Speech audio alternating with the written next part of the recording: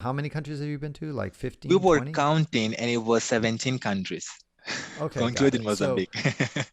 right. So 17 countries and maybe about 6 of them, maybe 7 of them are in Africa and maybe 10 outside of Africa. And Yeah. you've hit many continents. You've been to Asia, you've been to the Americas. I've been to Asia, I've been to Europe, to North and South America, and in Africa. I'm just missing Australia, New Zealand, and Antarctica at this point. Yes, we're all missing Antarctica.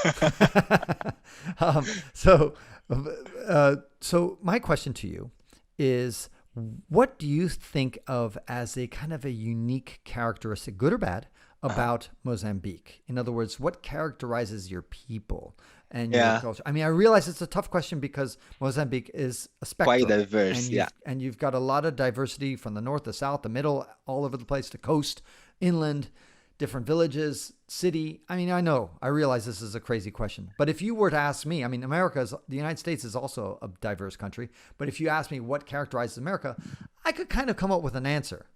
What What will Americans that have be? in common. They're assholes. They're all assholes. All right. And so now what about you? What do you say I'll that say that it's the easiness of Mozambican people that always surprises me. And it doesn't really matter where I am. Mozambicans just have this thing of everything is gonna be all right, and you shouldn't worry too much about it. That it can be great, but it also can be quite detriment for infuriating? infuriating and detriment to their own development and growth. But there is just a sense of like, oh, it's going to be fine. We're gonna figure it out, even though you have no idea how that's going to happen. Have Um, you heard the French expression "ça va aller"? no.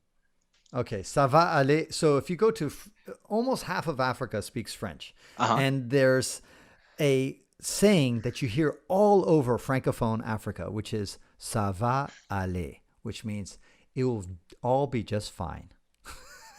That's what it Exactly. means.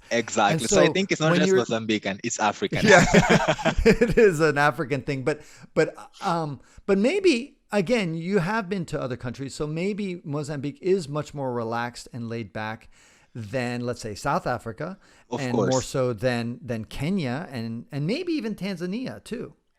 Actually, it is. And I feel it also comes down to the culture. So, for instance, in Makua culture, there are two things that sort of quite striking. So, one is you should always answer with a smile. So, if someone's beat you up, someone does something wrong, just smile. They're hurting. So, hurt people hurt people. You shouldn't like perpetuate the circle. And the second one is avoiding confrontation. There is this interesting story that I heard. So my grandfather was a registered hunter in Mozambique, in the north of the country, working for the Ministry of Agriculture. And the story he told me on back in the days of colonialism is that specifically in where I'm from in Nampula, they'll have these cotton plantations. And everywhere in the country, people were doing, demonstrations and picking up guns. You know how my people sabotaged agriculture back then? They will take all the seeds on the night and they will boil them and then dry them and then put them back on the sacks and do the entire plantation process. I mean, my background is in agricultural engineering. Planting a cotton, manually, it's a heavy, intense work. They will go through all that process. And then when, the farm managers will ask them, they'll be like, we don't know. We did as you told us. We don't know what's going on. So there is this thing of, don't avoid confrontation. I guess is the best way to describe that. I feel it's quite ingrained in most Mozambicans.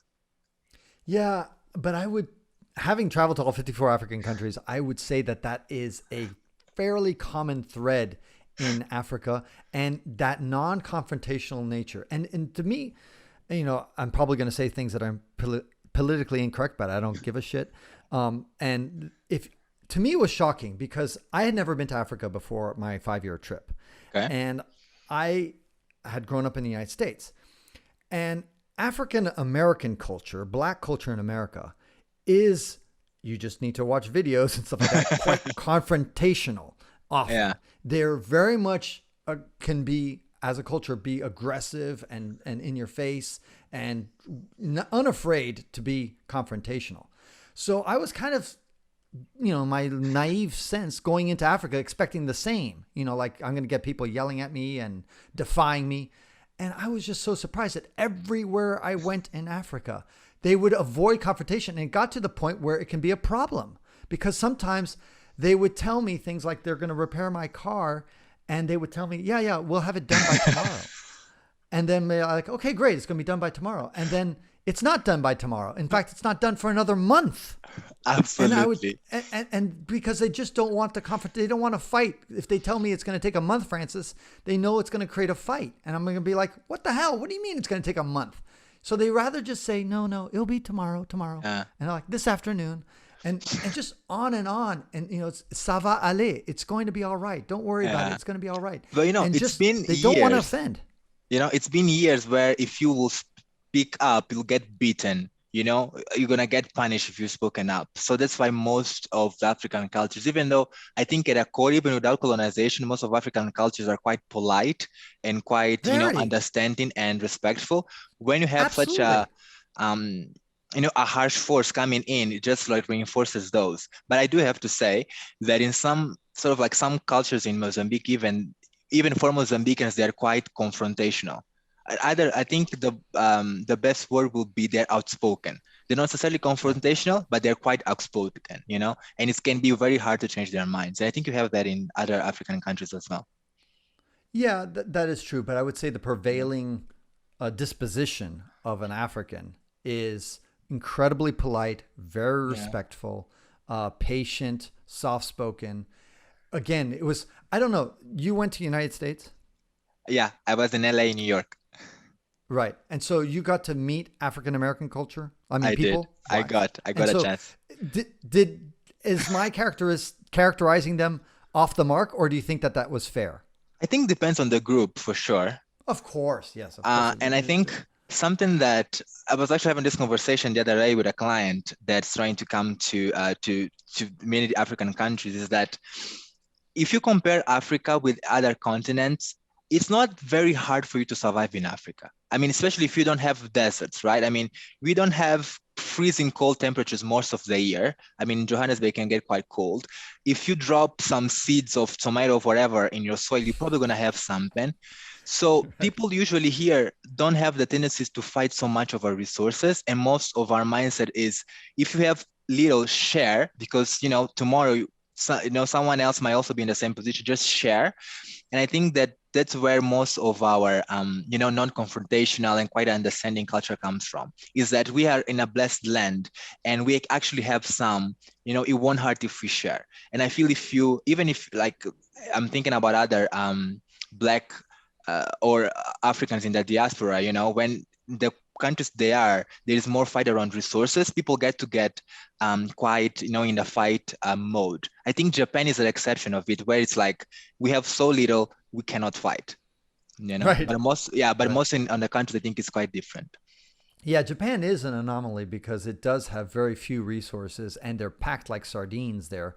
And yet it is an incredible polite and respectful society. They are so, and they say it's because we have to be, because otherwise we'd go exactly. There is no way. Yeah, exactly. But it is fascinating to me to hear how you hit something on the head, which is that there's a abundance of resources in Africa, and that yet when you are short on resources, there's a sharing culture that doesn't exist to the extent. Everybody likes to think of themselves, their culture, or their hometown as being, oh, we're so generous and sharing. But Africans do it almost to a fault, in the sense that the problem with the sharing culture and mentality that is so common in so many African countries I visited is that sometimes the downside of that is that it can encourage laziness, or the fact that it can encourage somebody to just sit back because my uncle will help me if I'm really hungry, and my auntie is going to help me if I need a place to stay. So as a result, you always know somebody's going to cover your ass, versus in America, it's a brutal environment that your own parents will not support you. They'll leave you in the street if you just don't go work for yourself. And so as a result, that sharing culture is both the blessing and the curse of Africa. Yeah. Is that fair, or what do you think? I think it's the usage that you made, or what you made out of it, that can be good or bad. I mean, for me, any a culture per se cannot be good or bad, but what we do with it. And I was actually having another conversation with an Asian client, Singaporean based, and we were talking about how, like, if you go into the core of long-term thinking of Japanese and Africans, it's not that different in the sense that even in African culture, when we think long term, it's on generation things, you know. So it's like, I'm gonna be good to you because then tomorrow your kid is gonna be good to my kid, type of mindset. They pretty much have on Asia, but I think on Japan specifically. But then on Japan, they take it to a different level, where it is, so then I must make my family the most self-sustainable as it can be, without relying necessarily on others. So I guess it's when the two cultures sort of differentiates from one another. And I think it's an interesting thing to see how it plays out with different countries within Africa, and as well with, different countries within the world. But there's always this association between long-term thinking, availability of resources, and how people show up.